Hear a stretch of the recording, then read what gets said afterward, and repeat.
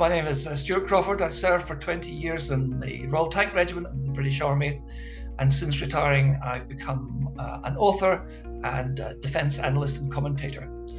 And my particular expertise is in armoured warfare, which is pertinent to the current conflict in Ukraine. For soldiering in the field, winter is a more difficult time.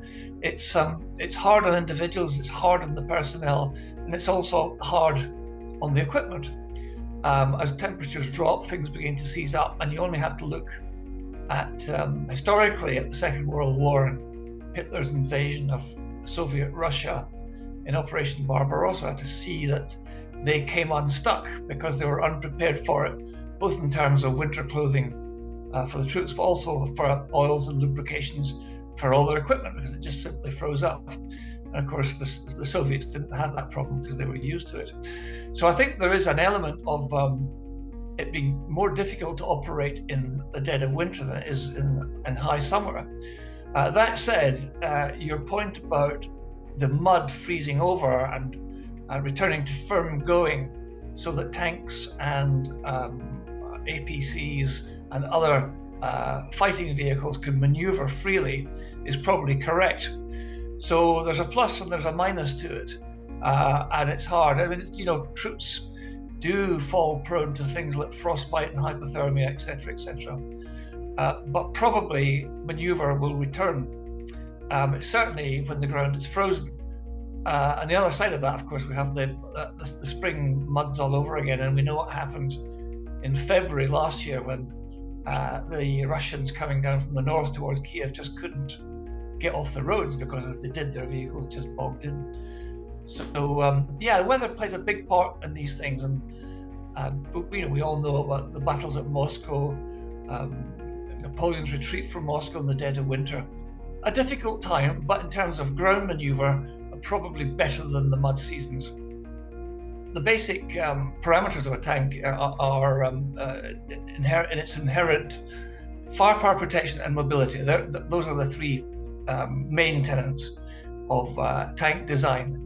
But the thing about that a tank brings is it brings a what we call shock action, in that it is a large protected gun platform, which is difficult to tackle, difficult to knock out, and scares the living daylights out of the opposition if handled properly. Now, nowadays, there are a vast array of anti-tank weapons, handheld, long-range guided weapons, which are formidable opponents. But coming back to this point of combined arms operation, if you use tanks together with infantry and artillery and engineers and so on and so forth, then the strength is greater than the individual parts, if you know what I mean. So if a tank comes up, or tanks come up against prepared defense, they can't just charge at it willy-nilly because they'll all get knocked out. But what they can do, of course, is suppress it using artillery, and then get infantry groups to winkle out the handheld anti-tank weapons. So it's coordination that's vital.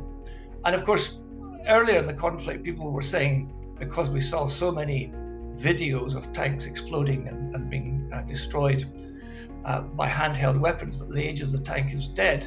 And I don't think that's the case at all. I just think that the balance of powers on the battlefield has shifted slightly.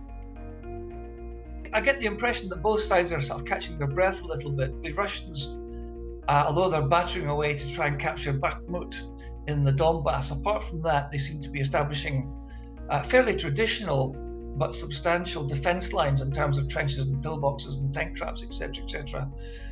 In the south, in Kherson, on the left or eastern bank of the Dnipro, and also in the Donbass. So it doesn't look as if they're interested in a battle of maneuver at the moment, more like a battle of attrition, which we're seeing in Donbass. I think that for the Ukrainians, their great advantage in the war, and in a war of maneuver, is they have what we call interior lines of communication, whereas the Russians have to sort of go round the periphery of the battlefield to transfer troops, for example.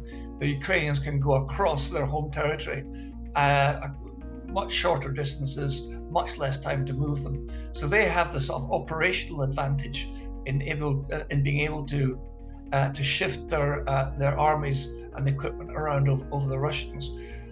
So I think what we'll see. I mean, the Ukrainians are actually saying at the moment that they're expecting a Russian offensive, and they're not quite sure where it's going to be in the spring. That, of course, could be misinformation, disinformation, whatever you want to call it. But I suspect that it will be the Ukrainians that strike first. That's my sense of it at the moment.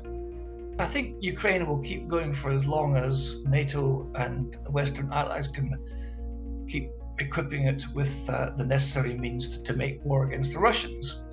And also it's conditional on the Russians to be able to do the same, to re-equip and regroup and rethink. My take on the whole strategic issue in Ukraine is that the prize in all of this is Crimea. Crimea and the naval port of Sevastopol. It's no surprise that particular piece of land has been fought over many times through history, because whomsoever controls Crimea and Sevastopol controls the Black Sea and also the entrance to the Sea of Azov.